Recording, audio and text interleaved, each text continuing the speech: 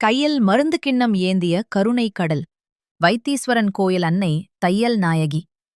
பொதுவாக அம்மன் கைகளில் ஆயுதங்கள் அல்லது மலர்களை பார்த்திருப்போம். ஆனால் இங்கே அன்னை ஒரு கையில் தைல பாத்திரம் மற்றும் மற்றொரு கையில் தீராத நோய் தீர்க்கும் மூலிகைகளை ஏந்தி காட்சி தருகிறாள்.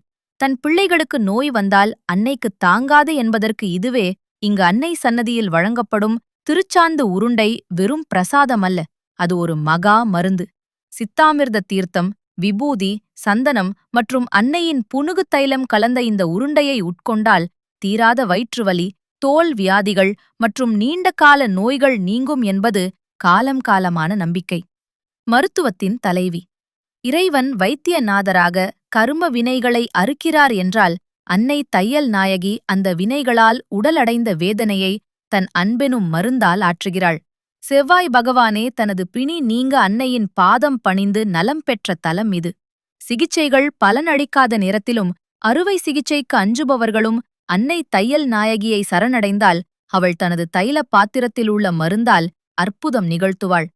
பிணிகள் போக்கும் தையல் நாயகி திருவடிகள் போற்றி.